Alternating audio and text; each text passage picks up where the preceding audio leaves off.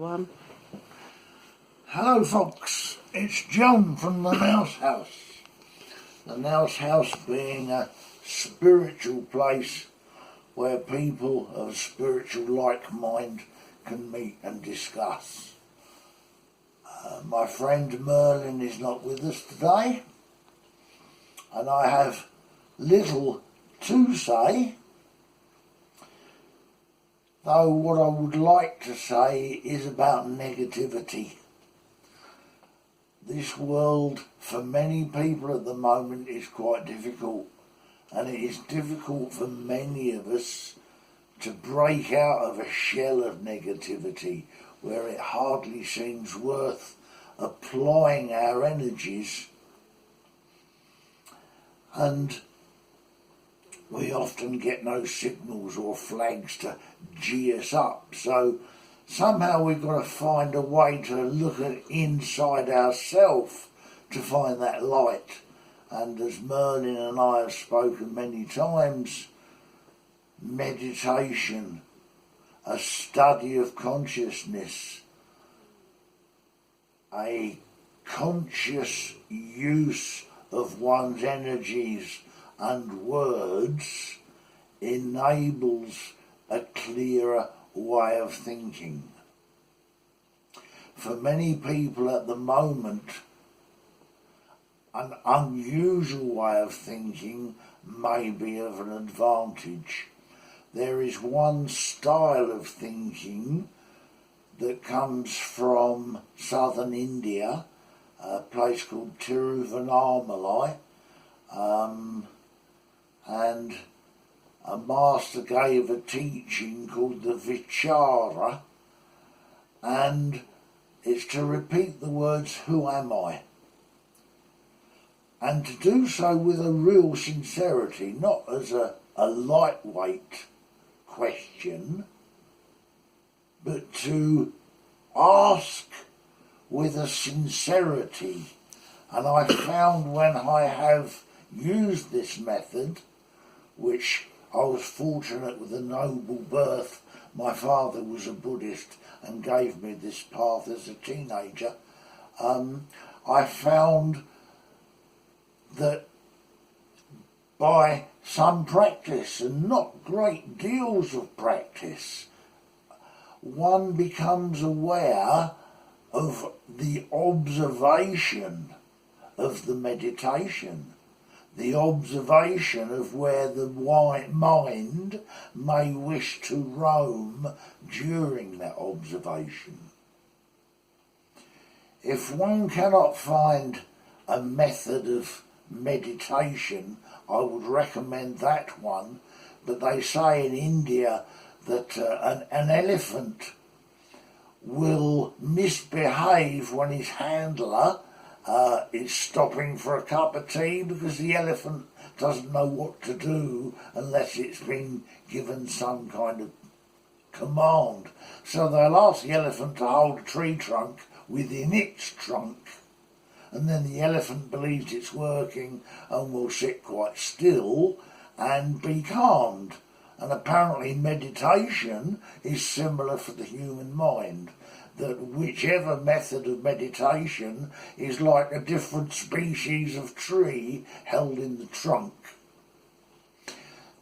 A couple of ideas.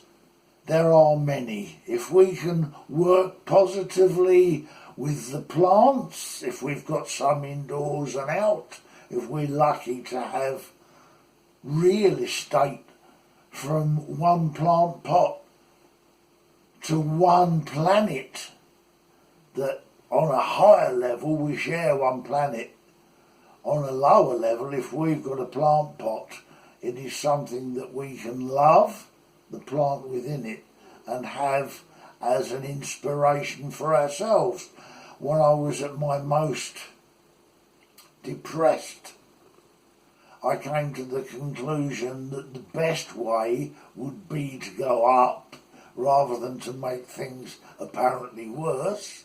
And how would one go up? At the time, I thought to myself, well, if I could stand and face the sunshine when it comes up, even through the clouds, Then, like the North American Indian who would do similar, maybe on horseback, or the smallest of plants, make like a daisy, try and find the heart and the light within.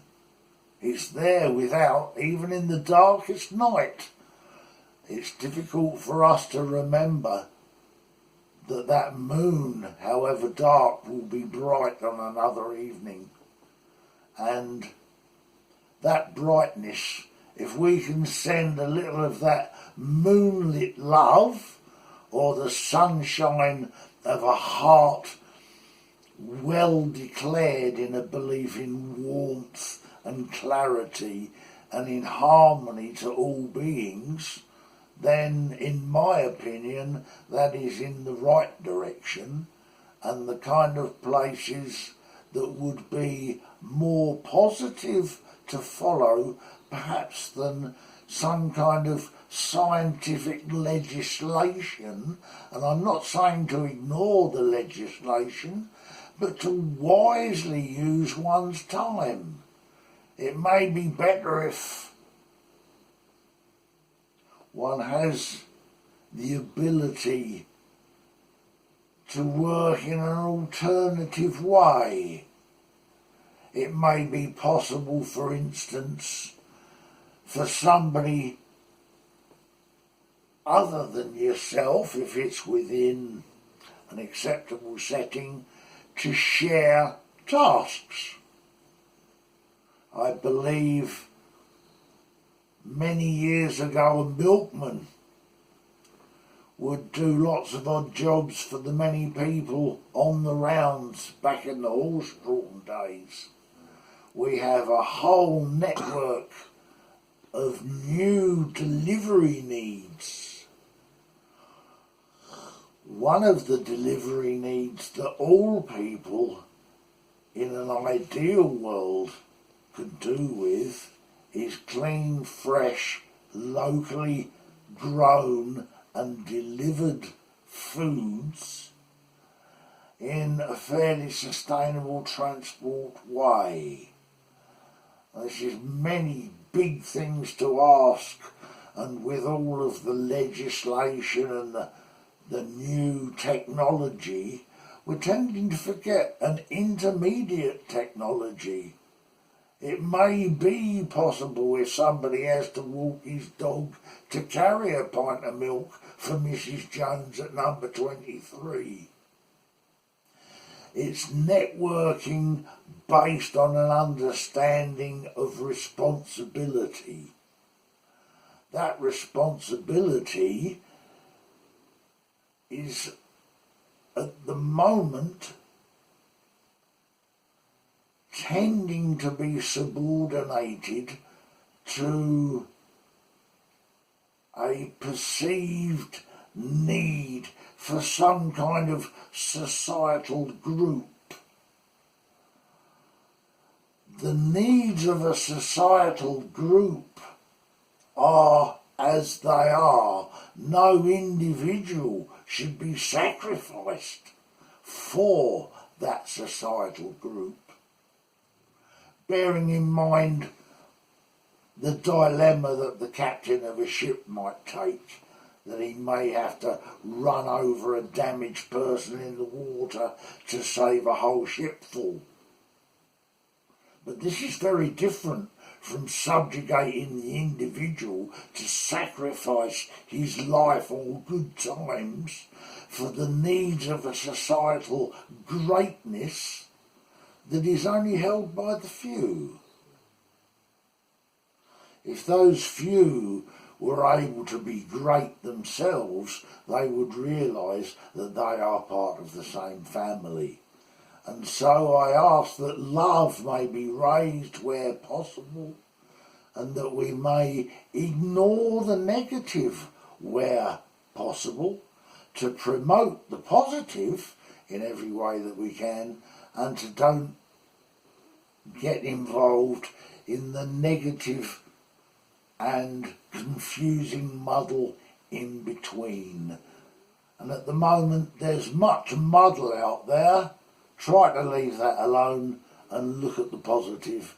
And having done a little of that myself in this talk, I wish you well now that you can take a little spark with you out in that light in the world, so that your little piece of incandescence can be quietly noticed like a firefly among a whole group who are sharing their light for the needs of that environment. And with a positive thought, I say good afternoon.